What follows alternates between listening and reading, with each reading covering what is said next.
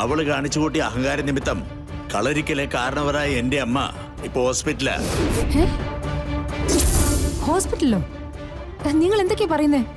സരസ്വതി അമ്മ ഹോസ്പിറ്റലായിരുന്നോ? നിന്റെ മോൾ അമ്മയെ കൊല്ലാഞ്ഞത് ഭാഗ്യം.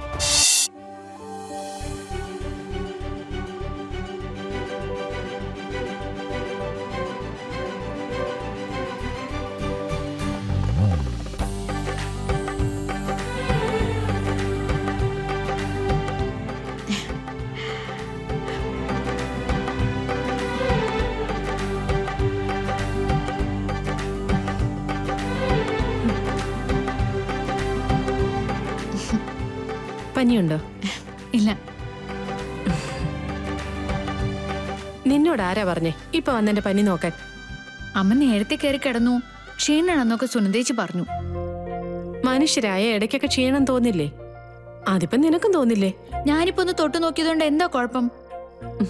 ഒന്നും ഇല്ലെന്നറിഞ്ഞ അത്രയും സമാധാനായില്ലേ എനിക്ക്. എന്നാലേ ശരിക്കും എനിക്കൊന്നുമില്ല. ഇനി എന്താ, ഭക്ഷണം കഴിക്കണം? അതും ആവാ. അപ്പൊ ഉച്ചയ്ക്ക് കഴിക്കാതിരുന്നത് ഞാൻ കൂടെ ഇല്ലാതിരുന്നോണ്ടാ? വേണ്ടായിരുന്നു. അല്ലെങ്കിൽ സുനന്ദയുടെ കൂട്ടത്തിരുന്ന് ഞാൻ കഴിക്കാറുള്ളതല്ലേ.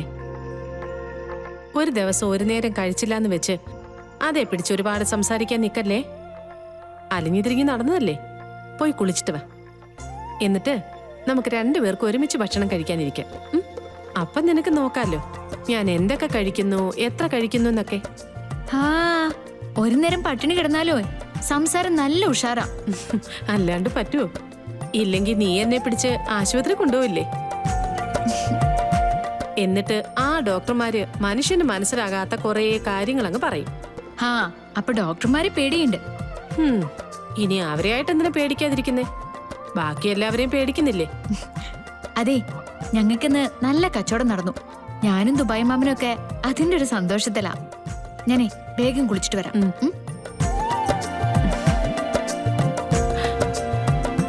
ദൈവമേ, ഇടയിൽ ഒത്തിരി നാള് ഒരു നല്ല ജീവിതം കാണിച്ച് കൊതിപ്പിച്ചിട്ട് വീണ്ടും പഴയതുപോലെ ആക്കി കളഞ്ഞല്ലോ എന്റെ മോളെ.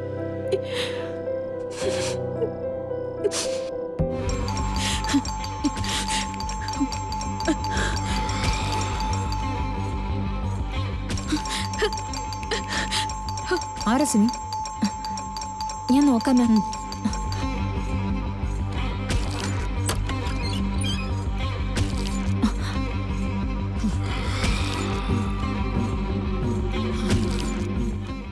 അങ്ങോട്ട് ഗാഥ മാഡം.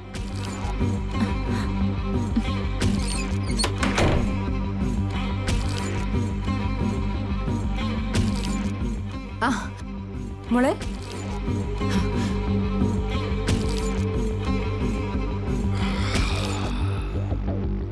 നവീൻ എത്തിയില്ലേ മോളെ?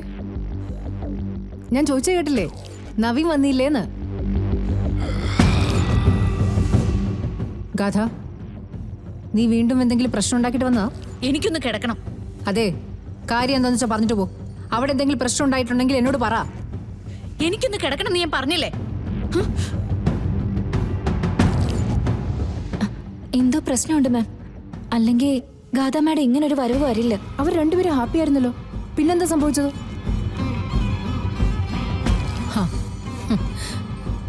എല്ലാത്തിനുള്ള ആൾക്കാർ അവിടെ തന്നെ ഉണ്ടല്ലോ. ഞാൻ എന്തായാലും ആ സുമിത്രയെ ഒന്ന് വിളിച്ചു നോക്കട്ടെ.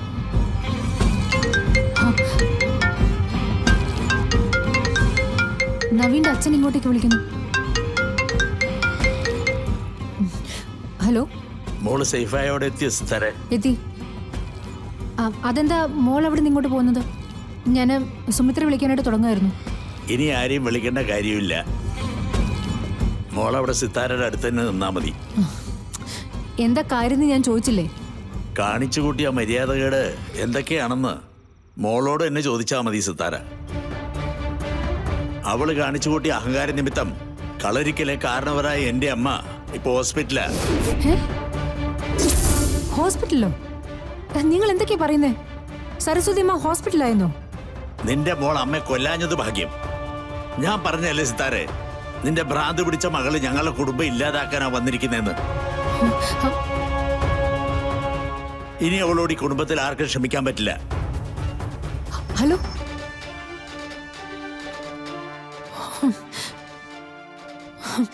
കളരിക്കല് കാര്യമായിട്ട് എന്തോ പ്രശ്നം നടന്നിട്ടുണ്ട്. സരസ്വതി അമ്മ ആശുപത്രിയിലാണെന്ന്. മാം അത് ചിലപ്പോ അവരുടെ വഴക്കിനിടയിൽ പെട്ടുപോയതാവും. പക്ഷെ കാര്യം വളരെ സീരിയസ് ആണല്ലോ സിനി. ആ കീർത്തിയോ നിർമ്മലയോ ഒക്കെ കൈവയ്ക്കുന്ന പോലെ അല്ല ഇത്. കളരിക്കലെ കാരണവരാ അവര്. നവീന്റെ മുത്തശ്ശിയാ. അവരാരും പൊറുക്കില്ല.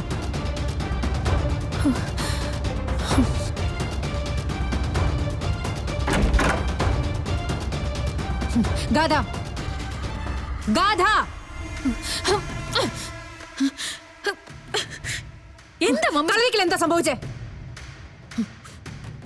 സരസ്വതി അമ്മയ്ക്ക് എന്താ സംഭവിച്ചെന്ന്? മമ്മി ആരാ വിളിച്ചേ?